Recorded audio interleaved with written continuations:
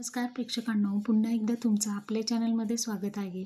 तर आपण लग्नानंतर होईलच प्रेम मालिकेचा आजचा म्हणजेच 5 सप्टेंबरचा भाग पाहत आहोत. आजच्या भागामध्ये आपण पाहत आहोत की देशमुखांच्या घरी गणपती बाप्पा विराजमान झालेले असतात. आता घरातील थोरली सोनी या नात्याने काव्य आणि पार्थ यांना आरतीचा मान मिळालेला असतो. आता आरती करत असताना घालीन लोटांगण सर्वजण म्हणू लागतात. तेव्हा पार्थ आणि काव्या यांची एकमेकांना टक्कर होते आणि काव्या तर पार्थकडे पाहत पूर्णपणे हरवूनच गेलेली असते आणि काव्याला पार्थच्या प्रेमाची जाणीव होते. बहुतेक गणपती बाप्पानेच तिला बुद्धी दिली असेल. आता दोघांची टक्कर झाल्यानंतर काव्या स्वतःचा हात अगदी भक्तिभावाने पार्थच्या हातावरती प्रेमळपणे ठेवते आणि दोघांच्या हातून गणपती बाप्पांची आरती झालेली आपण पाहिली. आता मानिनी आणि विक्रम हे सुद्धा खूप आनंदी आहेत.